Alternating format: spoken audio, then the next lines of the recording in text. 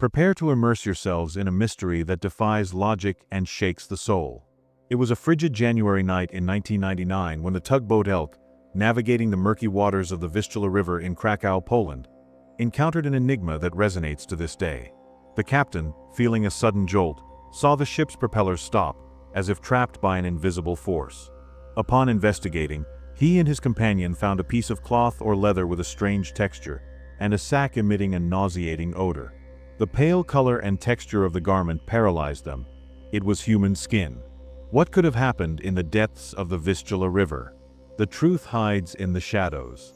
Immerse yourselves with us in this somber journey and discover the secrets that the Vistula River holds. Don't let this mystery remain in the shadows. Several questions still echo. Whose skin was found in the Vistula River? How did it get there? What dark secrets does the Vistula River hide? Watch this unprecedented and complete episode and unravel the secrets that the Vistula River guards in its depths. Hello everyone, welcome to the True Crime Files Investigations channel. If you are a lover of real criminal stories, get ready for an exciting marathon. Every week, we will explore shocking and remarkable cases, the most complex and intriguing ones, with an in-depth analysis of the details and motivations behind each event, which leads us to question human nature. Subscribe to the channel and activate the notification bell so you don't miss any new videos, and ensure you're always up to date with our exclusive content. Leave your like to strengthen our community and motivate me to bring more and more impactful and unprecedented stories. Get ready to discover the backstage of the crime world, learn about the failures of the judicial system and the stories of victims fighting for justice. Welcome to an investigative and emotional journey. I count on you on this journey. The truth is about to be revealed. So, fasten your seatbelts, because the investigation begins now.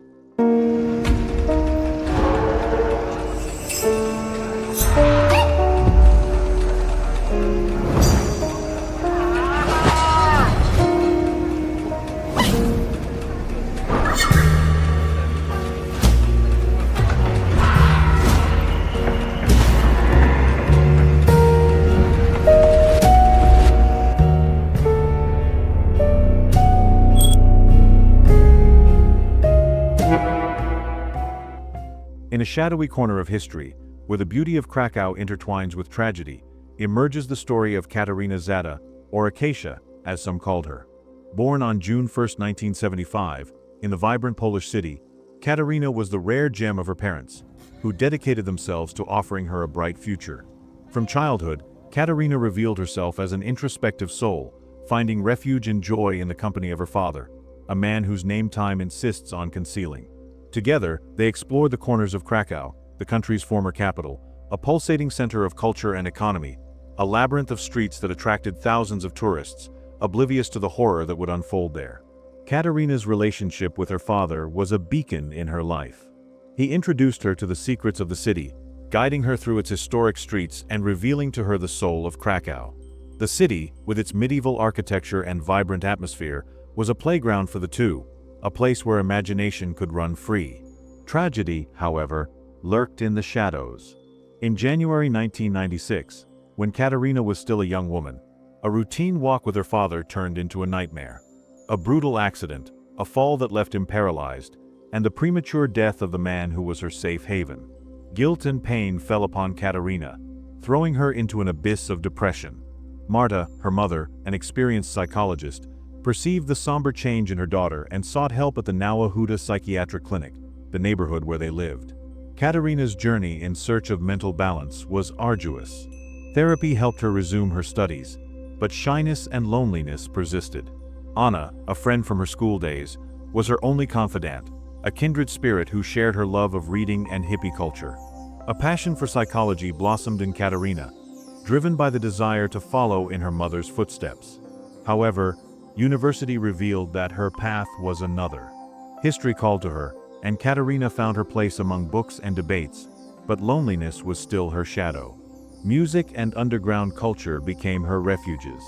In a record store and a student club, Katarzyna found kindred spirits, young people who shared her interests. The band Grateful Dead was her soundtrack, and vinyl records, her treasures. However, melancholy consumed her, and Marta, perceiving the relapse, took her back to the clinic. Therapy seemed to take effect, but Katarzyna's happiness had another source, a secret she kept under lock and key. On November 12, 1998, the mystery deepened. Katarzyna disappeared, leaving behind a trail of questions and anguish. Marta, desperate, sought help from the police, but bureaucracy and disbelief frustrated her. The authorities, skeptical, suggested suicide, a hypothesis that Marta vehemently rejected. The search for Katarzyna turned into an obsession for Marta, who hired a private detective and spread posters throughout the city. 2 mysterious calls, a man with information about Katarzyna's whereabouts, and a scheduled meeting in the central square, which the detective dissuaded her from attending. The truth, however, was darker than any theory. On January 6, 1999, the Vistula River revealed its macabre secret. The captain of the tugboat Elk, investigating a problem with the propellers, found a bag of human skin, a horrendous enigma that would resonate throughout the city. The macabre discovery cast a shadow over the search for Katarzyna, a sinister omen that hung over the city.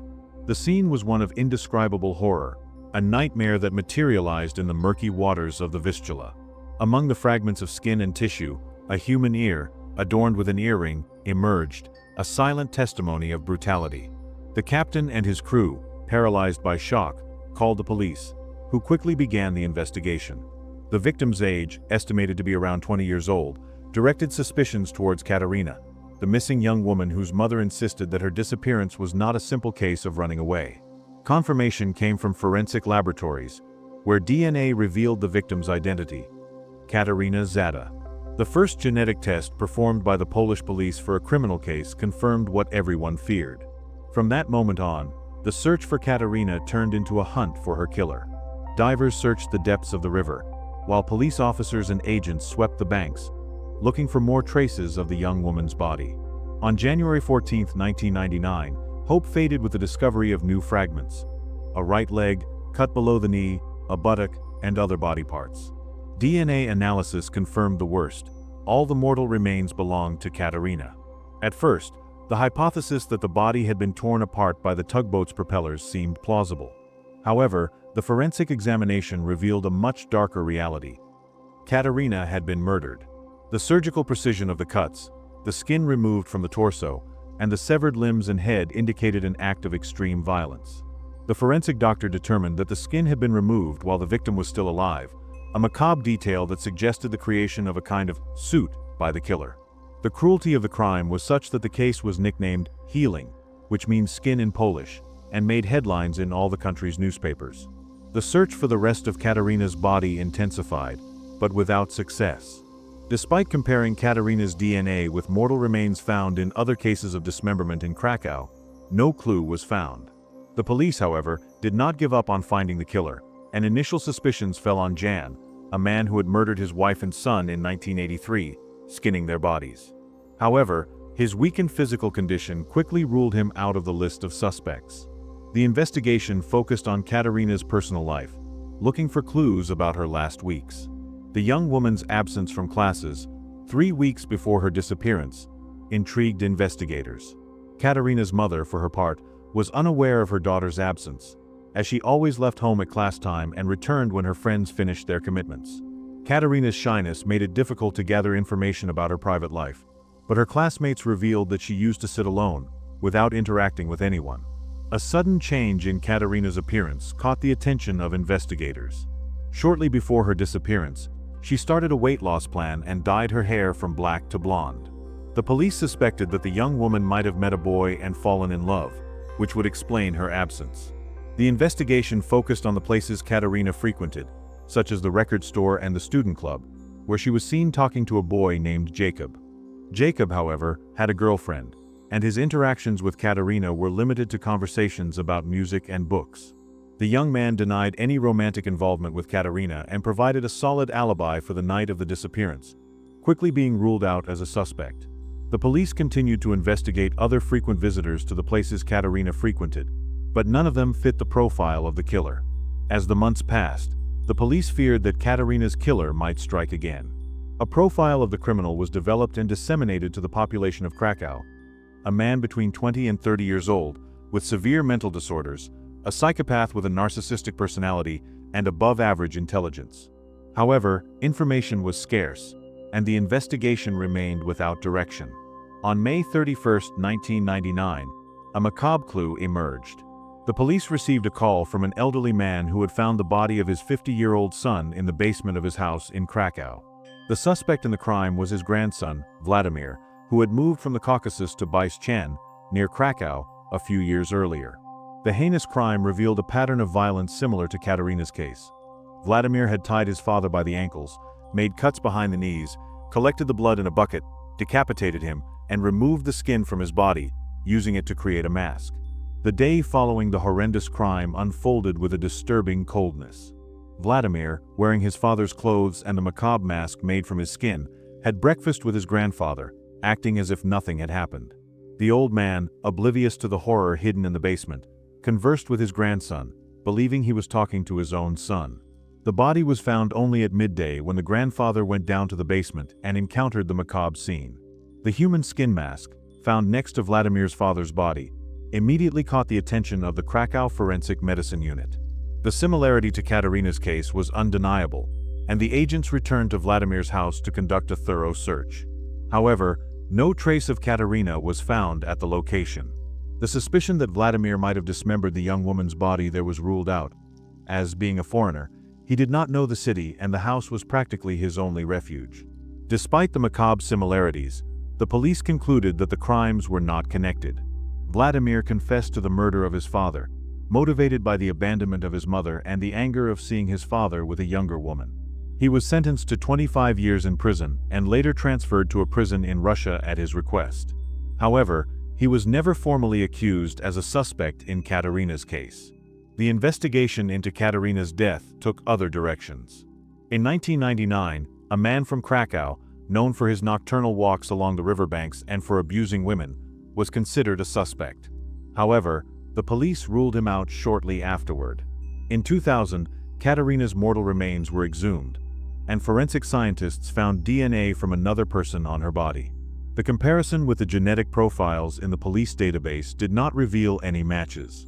The police considered various hypotheses about the killer's whereabouts. He could have fled the city or the country, stopped killing after satisfying his bloodlust with Katarzyna, or even died. In 2001, the investigation was formally closed, without the perpetrator being identified. However, the police officers involved in the case continued to believe that new clues might emerge. In 2005, a new crime with macabre similarities rekindled the police's hopes. The body of a woman, with surgical wounds and stab marks, was found in a park in Germany. 12 days later, her head was found. The similarity to Katarzyna's case was notable, and the police believed they had found the killer. An anonymous call to 911 pointed to a man named Designa Law as a suspect. The police arrested him and discovered that he extorted and forced women into escort work. The victim found in the park had been killed for interfering with his business. However, once again, the suspect had no connection to Katarzyna's case. The investigation returned to square one, with no new leads until 2012. Thanks to advances in forensic medicine and genetics, and the collaboration of experts, the prosecutor's office reopened the case. A team of police officers from the FBI's cold case unit was convened, and a new autopsy of Katarzyna's mortal remains was performed. Specialists in three-dimensional modeling from the University of Wrocław created a model of the injuries suffered by the victim, concluding that the attacker had used a sharp instrument to wound Katarzyna's neck, armpits, and groin, causing her pain and bleeding to death. The analysis of the mortal remains revealed a crucial detail: fragments of vegetation that did not belong to the Vistula River or other aquatic areas. This discovery indicated that the murder had not occurred in the river, and the search for the culprit should focus on other locations. In 2014, an FBI representative in Europe created a new psychological profile of the suspect, pointing to his sadistic tendencies.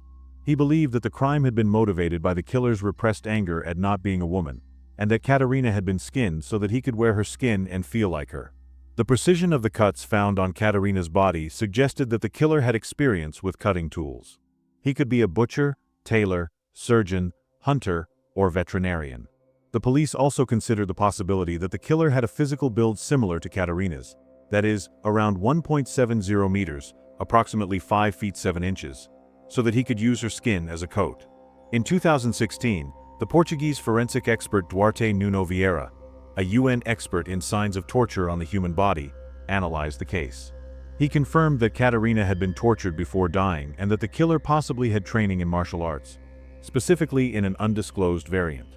The FBI expert who investigated the case stated that the perpetrator, regardless of whether he knew Catarina or not, was not considered a monster by his neighbors, who would consider him harmless and entrust their children to him. However, a new hypothesis emerged from the analysis of the stretch marks found on Catarina's leg. Dr. Thomas Konopka, who published a study on body dismemberment crimes, pointed out that characteristic stretch marks like those found on Catarina are described in medical literature in only 3 situations: a fall from a great height, a high-speed car accident, or torture. The police ruled out the possibility that the killer had gone to the trouble of causing an accident or throwing the victim from a high place, as the risk of being seen would be too great. The theories about Catarina's fate multiplied, each one darker than the last. One of them suggested that the young woman might have taken her own life, and the individual who removed her skin would not be the killer, but rather someone who found the body after the accident and dismembered it. Another hypothesis raised was that the stretch marks found on Catarina's leg could have been caused by a cleaning machine, a kind of large comb used at the Don Bia Dam. To dispel doubts, the case's prosecutor's office summoned Maciej Rox, a specialist in searching for human bodies in aquatic environments. His mission was to assess the feasibility of conducting new searches at the bottom of the Vistula River. Agents from the Kraków Water Police Station indicated that bodies were most frequently found in the Don Bia area and on the right bank of the river, near the cement factory in Podgórze. With Rock's green light, a diving team from the Special Diving Group of the Republic of Poland dove into the river on October 17, 2016. Using cutting-edge technology, they conducted a thorough search of the riverbed and banks, finding fragments of fishing nets, containers, and other objects that were sent for analysis. The hope was that Catarina's mortal remains might be trapped in one of these objects, covered by river sand. However, the searches yielded no significant results. The case seemed destined to be forgotten until, in October 2017, the Kraków police received a letter from a man claiming to be a friend of Catarina's killer. Obsessed with the crime, he constantly visited the young woman's symbolic grave, lighting candles in her honor. The letter's sender was Robert Janczewski, a 52-year-old man living in the Kazimierz district, near the Vistula River. Curiously, in 1999, Robert had already been considered a person of interest in the case, due to his eccentric habits of dressing in women's clothing and harassing women. His neighbors described him as a disturbed individual with a predilection for hunting animals and practicing occultism. Robert's childhood was marked by abandonment and violence. His parents abandoned him at birth, and he was raised by his aunt, who died when he was only 2 years old. He then went to live with his paternal grandparents, who had a history of physical abuse against children. The mistreatment was repeated with Robert until he was 11 years old, when he decided to live with his parents. His father, a poet and artist detached from reality, did not offer him the necessary support. His mother, a religious fanatic and strict, showed affection in a peculiar way, imposing silence and darkness in the house due to her migraines. Robert grew up isolated, without friends, considered aggressive and unpleasant by his schoolmates. In adulthood, he worked in a dissection laboratory, where he handled human bodies. At the age of 20, he served in the army and was employed at the Kraków Institute of Zoology, where he learned to prepare animal skins. One day after killing all the rabbits at the institute, supposedly for fun, he was fired. Robert's profile matched the psychological profile drawn up by the FBI. He had martial arts training and, according to his mother, showed a drastic change in personality after Catarina's murder. He cried and threw himself on the ground, claiming that he had not killed the young woman and that his friends from the academy had framed him. Shortly thereafter, he became a fervent religious man, attending church daily. On October 4, 2017, 19 years after the crime, Robert was arrested in his apartment. The police found blood in the bathroom and 2 short women's hairs. The bathtub and other objects were confiscated for analysis. The police also investigated Catarina's acquaintances, looking for connections between her and Robert.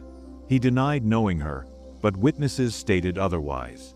His diaries contained notes about women he spied on, including Catarina's name. Based on the statements and diaries, the police reconstructed the crime. Robert would have approached Catarina, taking advantage of her shyness and loneliness, and engaged in conversations about music and books. Then, they would have gone to the cinema, and Katarzyna probably developed a romantic interest in him. Robert, for his part, had a predilection for blonde women, which would explain Katarzyna's change of appearance. On November 12, 1998, Robert would have proposed marriage to Katarzyna and taken her to a family cabin. At the location, he attacked her, beat her unconscious, and removed her skin with surgical precision, causing her death. He tried to use the skin to make a suit, but gave up because he was shorter and more muscular than the victim. He disposed of the body and threw the suit into the Vistula River. The police found traces of female DNA in the cabin. Robert was charged with aggravated murder with extreme cruelty and detained preventively. In 2018, the appeals court extended his detention until September 6 of that year, while the police gathered more evidence. Robert claimed harassment by prison guards, but the accusations were deemed unfounded. Robert's trial, held behind closed doors due to the COVID-19 pandemic, was postponed several times. The police claim to have crucial evidence against him, but do not reveal it. Confirmation that the DNA found in Robert's house belongs to Katarzyna has not yet been released. The doubt persists.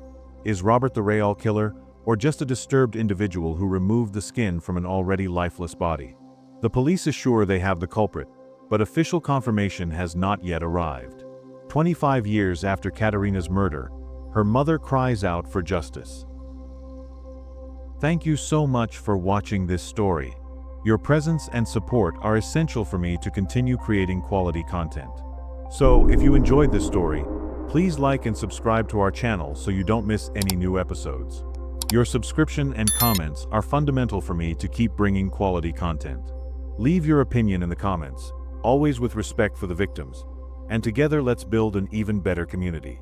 Thank you so much for following my work, and I'll see you in the next episode.